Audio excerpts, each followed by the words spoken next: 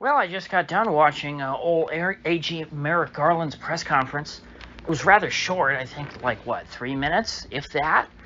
Waited a long time for it. Of course, I expected him to be at least 30 minutes late. I think he ended up being 37 minutes late, thereabouts. So not too bad. I mean, it would have been nice for him to beat my expectations and show up, less than 30 minutes late. But nevertheless, his statement was short, though not really sweet. It was rather bitter. He didn't tell us much, other than the fact that apparently Merrick Garland himself, approved the raid on Mar-a-Lago. I almost said no-knock raid, though I do think they knocked. So I don't want to be spreading fake news.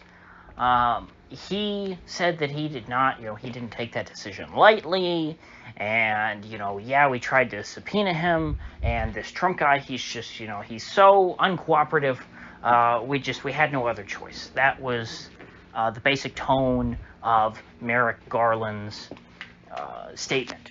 Though he said he did not want to come out and give more information. He said that the search warrant was going to be unsealed, which is good. I do want to read the search warrant.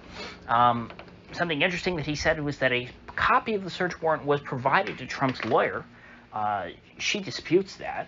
Trump's lawyer says that she was shown briefly that there was like some piece of paper, but she was not allowed to touch it, and she had to stand 10 feet away from it, and was not given a copy. So somebody's lying here. I think I'll leave it up to you folks to try and decide who that might be. So, if Merrick Garland did not come out and make this statement in order to give us any more information, because he said, oh, this is all I can say this time. He didn't even try and answer any questions. He said, I've said everything I can say. Well, why did he come out? Well, according to him, the reason why he came out and made this statement was to defend the integrity of the good men and women of the FBI who were being slandered. Excuse me for kicking that.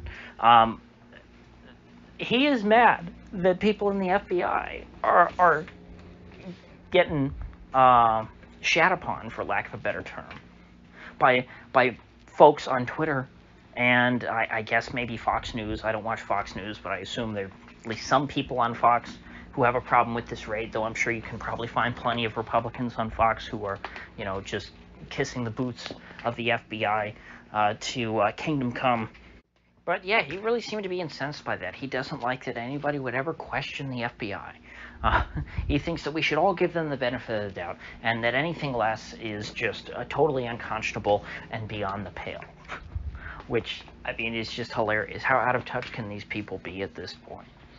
There was a time, I think, when they would have been given, that benefit of the doubt, and their integrity would not have been seriously questioned by any mainstream people, or the average American, even if the FBI was going after someone on their own political side.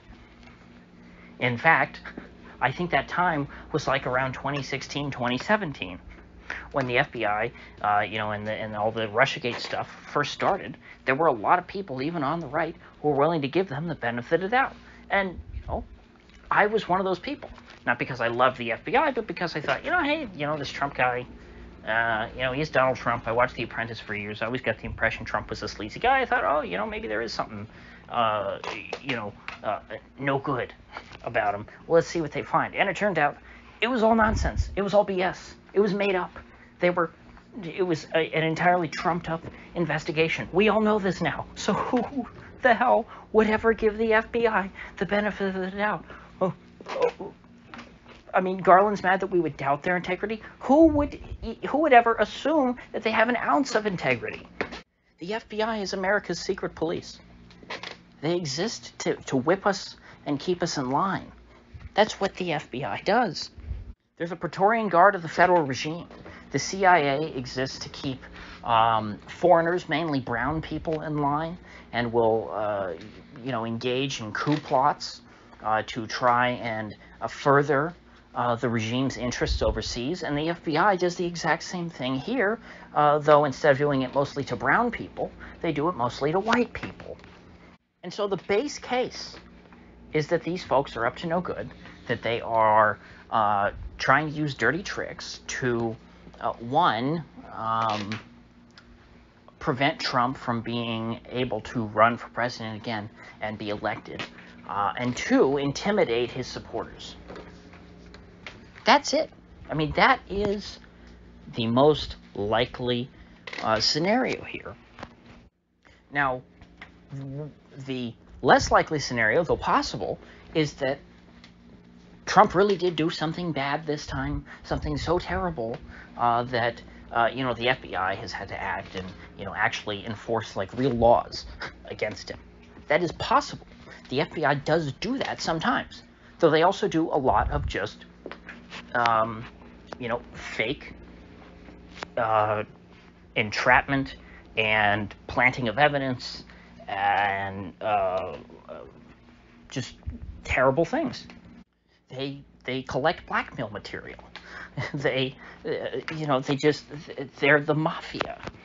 They engage in drug running and all sorts of just the worst things that you can imagine. They do all the terrible things that criminal organizations do. And yes, sometimes they also solve, real crime. Sometimes they will catch a serial killer. I'll give them that. It happens once in a while. But that's far from their main purpose. That is sort of an ancillary duty of the FBI. You don't need the FBI to catch serial killers. Police officers in America and police departments could share information. If they're looking for some guy who's a fugitive who's crossed state lines, they could just share information, and the cops wherever across the country could just be on alert and know, hey, we're looking for this guy. You don't need the FBI to solve crime. They do that as a front. It's a cover. What the FBI does that the local police are less effective and less well equipped to do is silence political dissent, entrap political dissidents, manipulate the public, intimidate people. Now, local police can do that last thing. They can intimidate people, for the government. But more specifically, they're going to be doing it for their local government. They're not going to be doing it for the federal government. The federal government needs its own shock troops to go around and, crack some skulls once in a while, or maybe every day. The FBI does work 365 days a year, 24 hours a day. I mean, hell, the Whitaker kidnapping plot, which I called at the time, if you go back, I called it immediately. I'm pretty sure I might not have been super strong on it, but I at least brought up, hey, this is probably not real. This was probably an entrapment operation. It's right before the election. Super fishy. Sounds like a basic Fed plot. And that's exactly turned out what it was. And after that, Merrick Garland has the gall to come out and say, oh my gosh, who could ever doubt the integrity of the FBI? I mean, they're laughing at you. These people think you're idiots. They hate you. They think you're less than human. And I'm not exaggerating. If you tried to have a conversation with Merrick Garland as an adult, he would not respect you. He would not engage with you. He would shrug you off, and he would sick his guards on you. Because he's above you. He's an Untermensch, or an Ubermensch. We're the Untermensch. And so he and his goons feel entitled to lie and deceive us, as much as they please, to manipulate us in order to maintain their own power. And they think that that's okay, because they are better than us. That's what makes it all right for them to do it. When Garland says that he is, mad that anyone would doubt the integrity, of the men and women who work at the FBI. He's not saying that it's without cause. He's not saying that this is baseless, that there's no reason to doubt the integrity of the folks at the FBI. What he's saying is that you just don't do that. It doesn't matter whether or not, there's cause or whether, past performance is indicative of future results. To him, they are a government agency, and therefore, we peons must respect them. It doesn't matter whether they're liars or not. They can lie all they want, and we just have to take it, because we are less than them. The FBI does far worse things than what they did to Trump, every day. At least I would assume every day. It certainly happens quite frequently, all the time. Innocent people, their houses get ransacked by the FBI. They get brought up on trumped-up charges. Every day, the FBI tries to entrap people who haven't committed any crime and say, well, we were able to talk them into, thinking about committing a crime.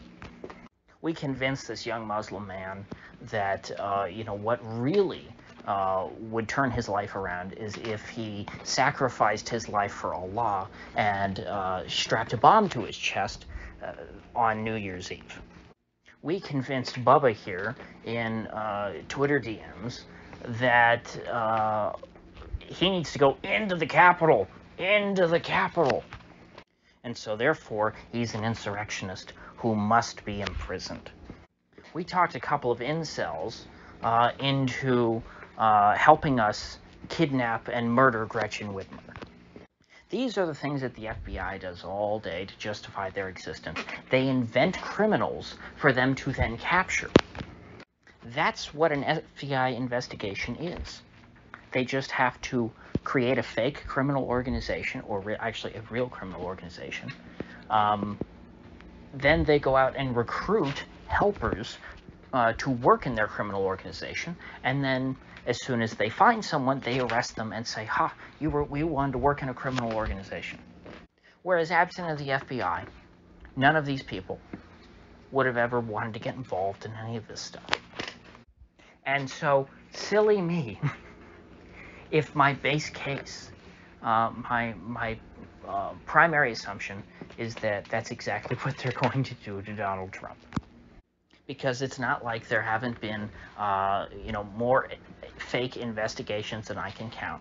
Things that we told, oh my gosh, this is it. The walls are closing in. Orange Man is finished. The Orange Man will be in an orange jumpsuit. And then nothing ever comes of it. You see, the fact that there's been these many fake investigations has convinced me that Orange Man is 100% clean. Much cleaner than I would have ever given him credit for, because they've wanted to throw him in jail for 6 years now. If they haven't been able to do it yet, they never will. That is, unless they completely fake something. If there was something real there, they would have found it, and they would have chased him, into a Supermax a long time ago. But now it looks like they're just trying to pull, an Irwin Schiff. There's this old man who's been a thorn in the side of the feds for years, who preaches against their gospel.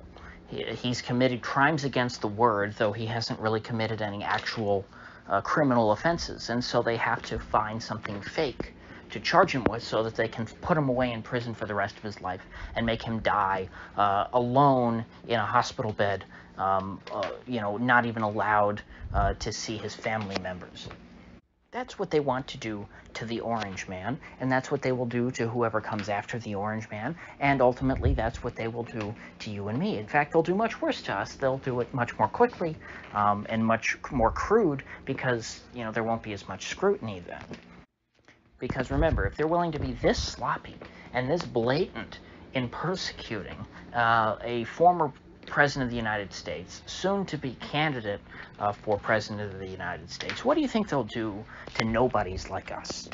They'll get a search warrant, they will plant cocaine in your wife's, underwear drawer, and then they will lock you in prison with a mandatory minimum sentence. So, with that said, I will see you folks back here tomorrow.